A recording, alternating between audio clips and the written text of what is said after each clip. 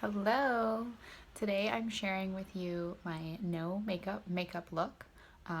As you can see, I'm not wearing anything right now, which is my preferred mode, but it is necessary to present ourselves in a good way sometimes. So this is what I do on a daily basis, and it's super easy. It takes about 10 minutes, maybe less. So I have all the products for you at the end of the post, and let's go through what I do. So the first step is I've already showered, I've got my moisturizer on, I'm actually dressed, as you can see. I like to do this at the very end so I don't get any makeup on anything. And the first product I use is Clinique Matte Powder. It's very light. I don't feel like I'm wearing anything. It's just to even out my skin tone. So I'm just going to put it on all over my face very lightly. And I put it pretty much anywhere under my eyes, even over my eyes and under my eyebrows, just to even things out very slightly. And a little extra on my nose and T-zone to take some of the shine out. Again, it's super light, so I don't feel like I'm wearing stuff, and I don't feel like it looks like I'm wearing that much, but it just gives me a little bit of evenness. And then the next thing I use is one of my favorite items. It's YSL Beauty Touche Eclat. And both the Clinique and this come in different shades, so make sure you get your shade. I went in and tested it all at Sephora, which is super fun. And this I use really mainly for under my eyes. So you just do like a little pump at the end. See, that's the pump. And you put it under your eyes. And then you do it around your nose and under your chin.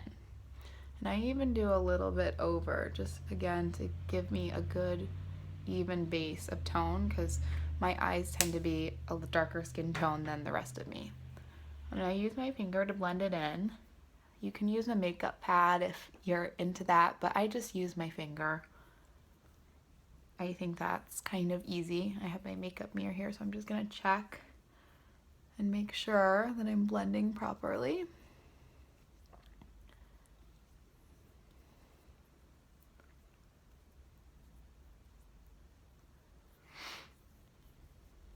And this really just, makes the appearance of dark circles less, gives kind of those areas that are a different tone a little bit of highlight so the light bounces off them. So already, as I'm watching myself in this video, I feel like you can see my tone is more even. So once that's blended, which I think it is, I hope so, then I put my blush on. I use NARS The Multiple, and this comes in a lot of different colors. The one I use is called Antibes. It's a little bit darker, rosier color, which works well for my olivey skin, but they have all kinds of ones. I use more of a bronzy one in the summertime when I'm tan. So I just smile and put it on the apple of my cheeks. Super easy. You can use this on your eyelids and your lips too, hence the name The Multiple. And then again, I just use my finger to blend it in. Just make sure I'm even. Yep. So now I have a little color and a little evenness in my skin tone. The next thing I do is I fill my brows in. I use Anastasia Brow Wiz. This is a great tool. I've been using it for years. One end has the part that you use to fill it in, and the other end has a blending brush in it, which I actually use an eyebrow brush instead, but what I do first with this brush is I just pull my eyebrows up a little so that there's no unevenness when I'm trying to fill them in. The next thing I do is pull out the little fill-in, and I just go over. I don't trace anything that's not in what my natural brow line is, but I just like to fill in these gaps so that they appear fuller. As we get older, our eyebrows thin a little bit, so I tend to like to fill them in for a little more definition. And it's not like super scientific, it's just kind of dotting it because then I'll go over it with the eyebrow brush and blend it. As you can see. You can already see they're getting a little bit fuller as I'm going through this process.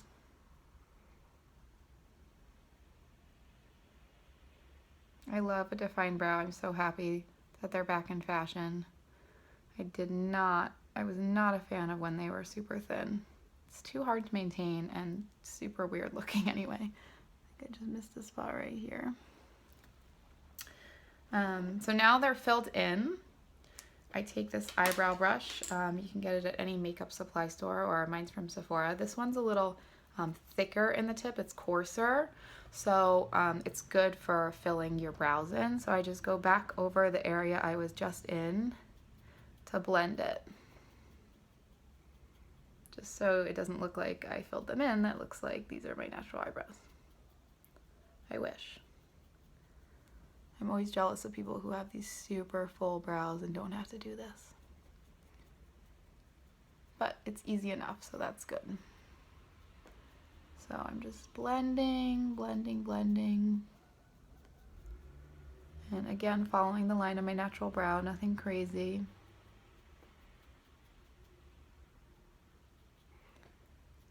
And then I just like to give myself a little double check because sometimes the brush goes where it's not meant to go. So just kind of rub my finger in between and underneath, and they look pretty good. So already I'm starting to shape up. And then the next thing I do, I use a Bobbi Brown eyeshadow. It's one of their metallic eyeshadows, so it has a little bit of a sheen to it, you can see there. And it's in Champagne Quartz number 2. They have a lot of different ones, but this one I like.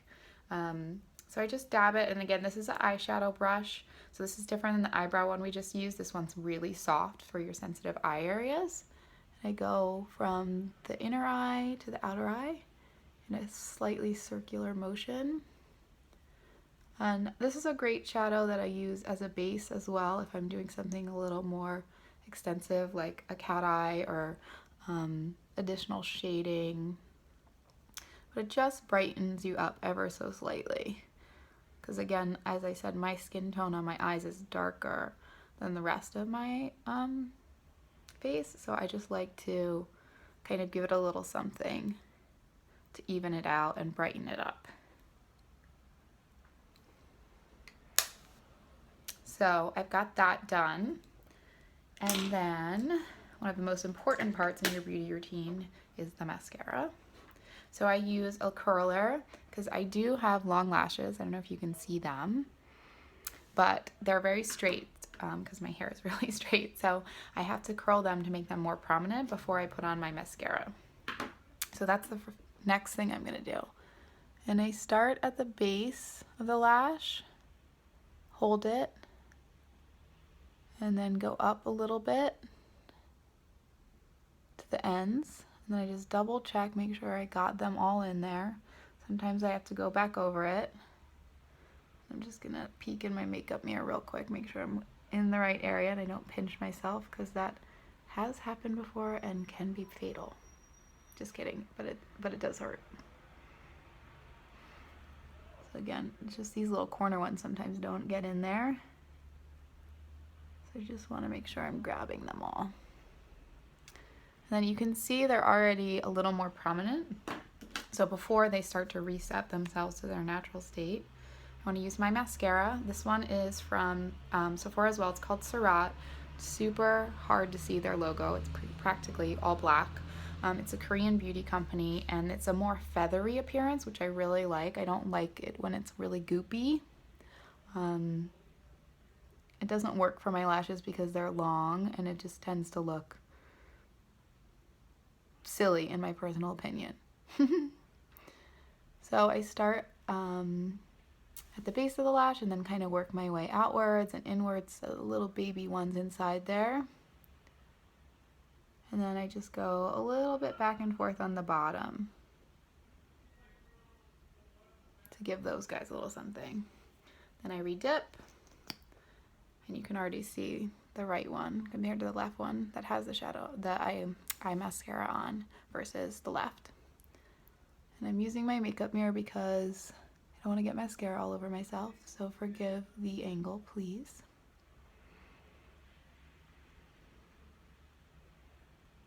Again, starting at the base and going out.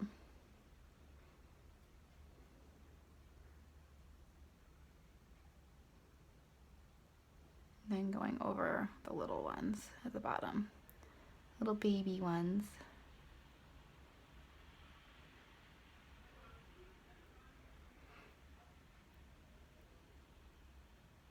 Looks good. And then I always keep a little Q-tip handy as well, because I just like to tend to give a little check, make sure that I haven't got mascara all over myself somewhere, or it's just always good to keep these around when you're doing makeup, because you never know when you can accidentally get something somewhere it's not supposed to be. So that's pretty much the steps, and the video is actually at 11 minutes now, so if you can keep in mind, if I wasn't talking, this would take me like 10 minutes at most. The last thing I do for my routine is I use Dr. Pawpaw's Tinted Balm. They have different colors. I like the rose one because that works well with my complexion. And it's like chapstick but has a little tint to it. So I just get a little bit from my finger so you can see the redness there. And I put it on my lips. Keep them moisturized and give them a hint of color. So it's a super, super natural look, and I carry this in my purse for touch-ups during the day, and then if I need to like re-rouge my cheeks because I'm going out or something like that, this is a great tool for that. And then I kind of just take my hair down, zhuzh it up, and you're pretty much ready to go. That's my basic no makeup look. Again, it's a great base if you want to do something a little more complicated. And all of these things are available underneath my post. If you have any questions or some tips that you guys do that I don't know about, please share them. I am by no means a makeup expert, but I am learning. Thank you. Have a great day.